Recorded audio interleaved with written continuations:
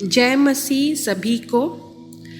और मैं परमेश्वर को धन्यवाद देती हूँ कि मैं अभी थोड़ा व्यस्त हूँ, लेकिन फिर भी मैं कोशिश करती हूँ कि मैं आप लोगों के पास आऊँ और जो डेली डिवोशन है वो आपके साथ में बैठ करके परमेश्वर के अच्छे अच्छे बातें करे, पदों को लेकर के, परमेश्वर के वचन को लेकर के। तो आज मैं ली हूँ नया नियम, रोमियो की पत्री 15:13। ऐसे लिखा हुआ है, परमेश्वर जो आशा का दाता है तुम्हें विश्वास करने में सब प्रकार का आनंद और शांति से परिपूर्ण करे कि पवित्र आत्मा के सामर्थ्य से तुम्हारी आशा बढ़ती जाए। तो यहाँ पर हम सिर्फ एक पद को पढ़ेंगे तो ज़्यादा समझ में बात नहीं आएगा, इसलिए जब भी हम पद लेते हैं तो उसके ऊपर वाले 11-12 से अगर हम पढ़ेंगे, ये पूरा 15 अध्याय को लेंगे, फिर उसके बाद में 13 के बाद 14 है उसको पढ़ेंगे, तब हमें पूरा समझ में आएगा कि यहाँ पर पौलुस क्यों ऐसे लिखा है और किसके और किन लोगों के बीच में ये बातें रखा है। तो वो जानने के लिए चलिए मैं थोड़ा सा आपको पौलुस के बारे में बताना चाहती हूँ। रोमियो की पत्री या पुस्तक एक बहुत ही ज़रूरी या इम्पोर्टेंट चिट्ठी था रोमियो के लिए, वहाँ के गिरजाघरों के लिए जो उन्होंने पौलुस ने बनाया था। और जब वहाँ पर वो मिलने जा रहे थे उन लोगों से, उनका जो योजना था, तो जाने से पहले उन्होंने एक चिट्ठी लिखा और वो देख रहे थे कि उसके आराधनालय में जो उन्होंने प्लांट किया था, जो उन्होंने बिल्डअप किया था, तो वहाँ पर जो मसीही विश्वास है वो बहुत कम नज़र आती हुई दिख रही थी और उसके वजह से गिरजाघर के अंदर में काफ़ी तनावपूर्ण माहौल हुआ करता था।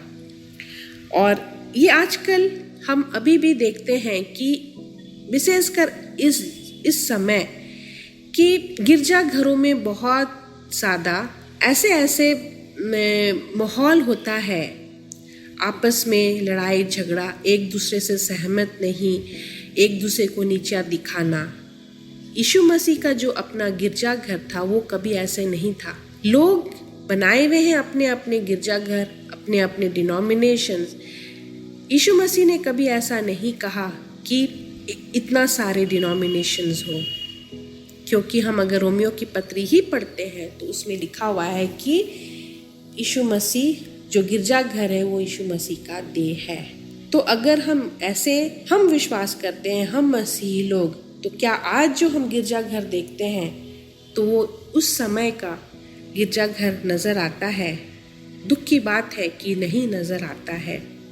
और इसीलिए पौलुस ये सारा बात अपने बनाए हुए गिरजाघर में जो उसने प्लांट किया था, वो कोशिश करता है कि गिरजाघर में जितने भी तकलीफ़ें आ रही थी या जितने भी बोली विचार या जो भी आर्ग्यूमेंट्स हो रही थी और बहुत सारे मुश्किलें या मुश्किल हालात पैदा हो रहा था, अनबन हो रहा था, तो वो कारण क्या था? और वो हमेशा आपने देखा होगा कि पौलुस जब अपना चिट्ठी का शुरुआत करता है हमेशा एक परमेश्वर को महिमा देते हुए करता है और वो हमेशा यही बोलता है कि परमेश्वर का अनुग्रह, शांति पिता परमेश्वर के साथ बना रहे यीशु मसीह के नाम में। वो क्यों ऐसे शुरुआत करता था? क्योंकि वो चाहता था कि ये गिरजाघर यीशु मसीह का है और जो वातावरण या माहौल यीशु मसीह जैसे बनाए थे उसी तरह से आगे बढ़ना है। लेकिन आज के युग में भी हम देखते हैं कि गिरजाघर को जैसे होना है या रहना है वैसे नहीं है। और ये एक क्रिश्चियन कंडक्ट के बारे में बताया गया है कि किस तरह से एक मसीही का स्वभाव होना चाहिए गिरजाघर में। जब हम रहते हैं, जब हम आते हैं, जब हम लोग मसीही लोगों के साथ संगति करते हैं तो हमें किस तरह से पेश आना है। और जब हम देखते हैं 15:13 तो यहाँ पर वही लिखा हुआ है कि परमेश्वर जो आशा का दाता है तुम्हें विश्वास करने में सब प्रकार के आनंद और शांति से परिपूर्ण करे। तो यहाँ पर आशा, विश्वास, आनंद और शांति के बारे में बताया गया है। तो हमें परमेश्वर का आशा हमेशा होना है, और जो विश्वास हमें दिलाया जाता है परमेश्वर से, तो उसमें सब प्रकार का क्या होना चाहिए? 2 चीज़ें होना चाहिए, आनंद और शांति।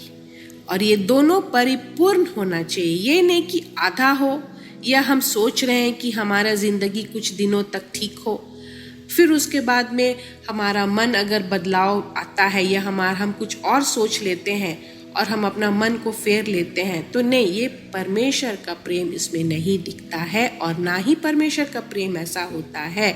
परमेश्वर का अगर आप प्रेम चख लिए हो, जैसे हम भजन संहिता में पढ़ते हैं, भजन संहिता 23 में, कि चख करके तू देखो कि मैं कितना मीठा हूँ।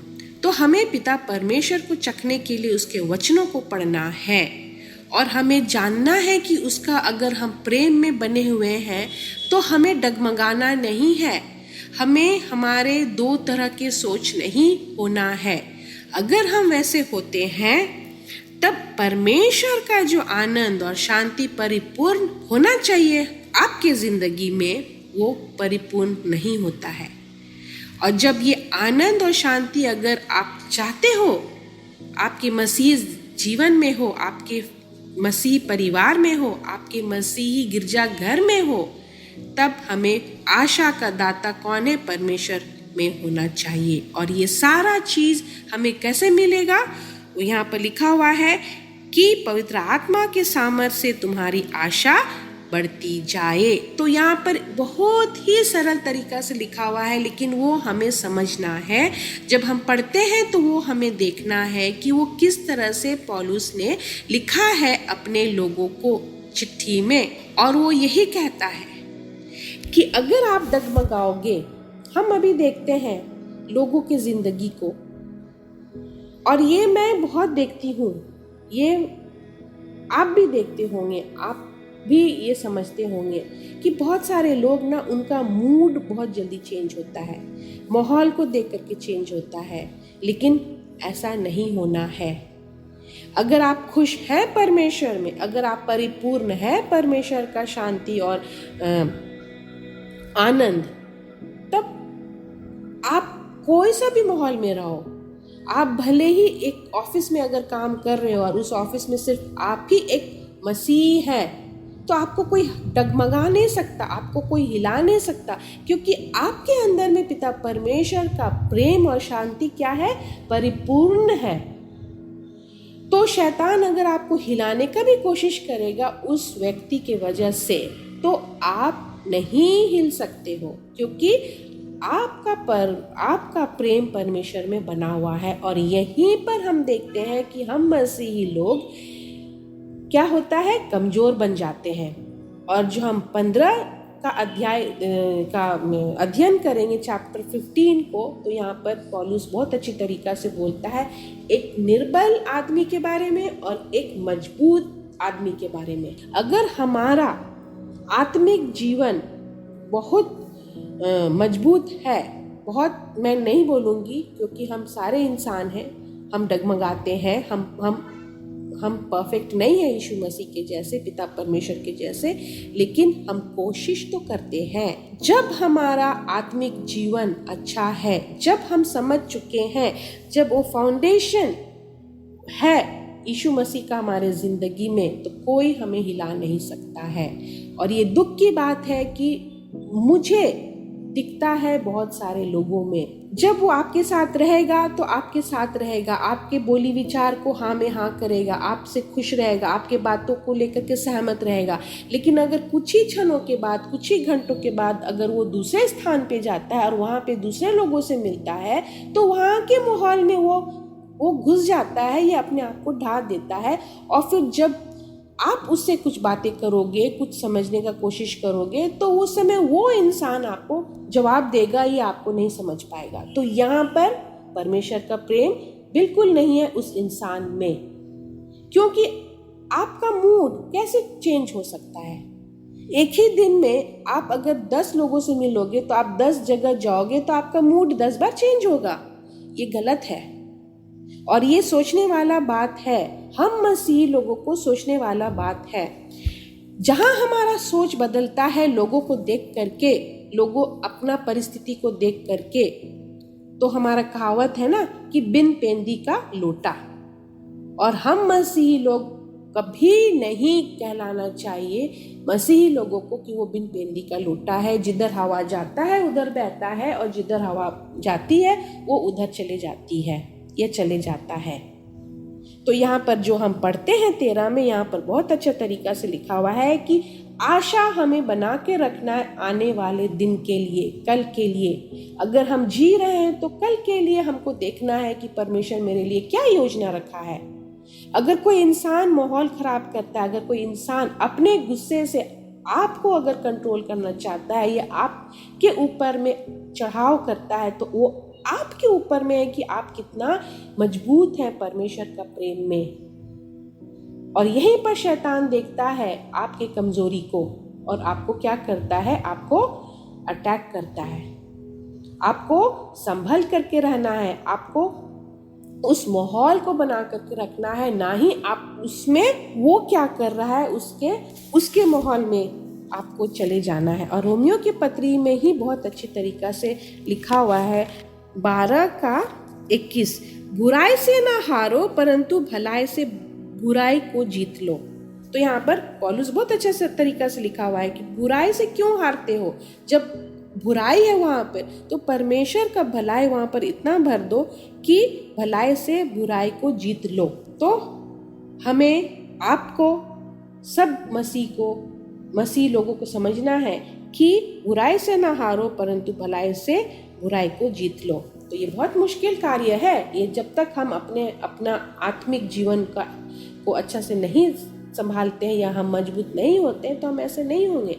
जिंदगी कट जाएगा और हम वैसे ही होंगे, जिधर जाते हैं उधर ही के हो जाते हैं। बोलते हैं ना कि पॉलिटिशियंस लोग ऐसे होते हैं, जिधर भारी दिखता है उधर उसका आवाज़ उठता है, जिधर कमज़ोर दिखता है उधर उसका आवाज़ बंद हो जाता है। नहीं, हम मसीह लोग ऐसे नहीं हैं। We are ambassadors of Christ.